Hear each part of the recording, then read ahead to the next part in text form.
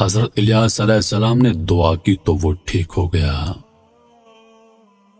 حضرت الیاس علیہ السلام آپ علیہ السلام کے بعد نبی ہوئے تھے۔ آپ علیہ السلام نے اخیب بادشاہ اور اس کی بیوی اور اس کے پیروکاروں کو بڑے بڑے معجزات دکھائے، لیکن وہ آپ پر ایمان نہ لائے۔ آخرکار اللہ کے عذاب میں گرفتار ہو گئے اور بہت بری موت مرے۔ بنی اسرائیل وہ قوم ہے جس کی طرف سب سے زیادہ پیغمبر بھیجے گئے، لیکن یہ ایک اڑیل قوم تھی۔ یہ کسی نبی کو نہیں مانی، ہمیشہ سرکش رہی اور اللہ تعالیٰ کے عذاب کے مستحق رہی۔ حضرت الیاس علیہ السلام کی وفات کو لے کر مختلف علماء میں اختلاف پایا جاتا ہے۔ کئی علماء کا کہنا ہے کہ آپ علیہ السلام اچانک غائب ہو گئے، کسی کو علم نہیں کہ آپ کی وفات کب ہوئی، کیسے ہوئی اور آپ کہاں دفن ہیں۔ لیکن کچھ علماء کرام کا کہنا ہے کہ آپ علیہ السلام کو آسمان پر اللہ پاک نے اٹھا لیا ہے۔ کچھ علماء کرام کا کہنا ہے کہ آپ علیہ السلام حضرت خضر علیہ السلام کی طرح دنیا میں زندہ ہیں، باقی اللہ بہتر جانتا ہے۔